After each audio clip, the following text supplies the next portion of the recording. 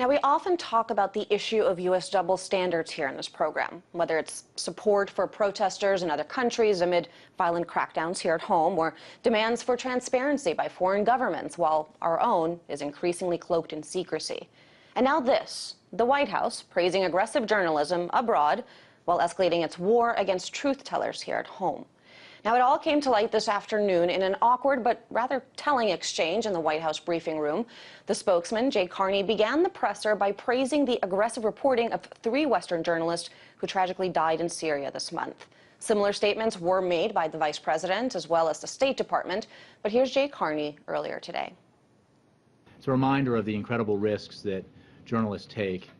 Marie Colvin, Anthony Shadid, and the French photojournalist who was killed yesterday as well, in order to bring the truth about what's happening in a country like Syria.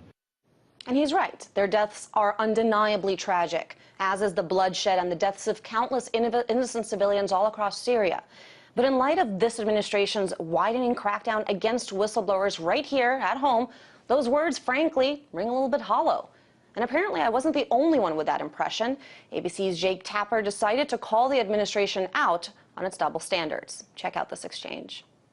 How does that square with the fact that this administration has been so aggressively trying to stop aggressive journalism in the United States by using the Espionage Act to take whistleblowers to court? There just seems to be a disconnect here. You want aggressive journalism abroad, you just don't want it in the United States. Well, I would hesitate to speak to any particular case for obvious reasons, and I would refer you to the Department of Justice. There are issues here that involve highly sensitive classified information, and I think that those are divulging that kind of information is a serious issue, and always has been. So the truth should come out abroad, it shouldn't come out here. Well, that's not at all what I'm saying, Jake. Except that's exactly what he said. The problem here is that the war on whistleblowing isn't just about whether classified information is released.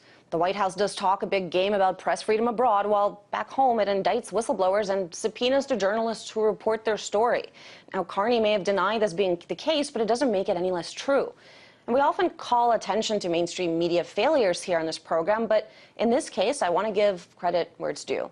Jake Tapper did what all members of the press should be doing on a daily basis: challenging power, questioning authority.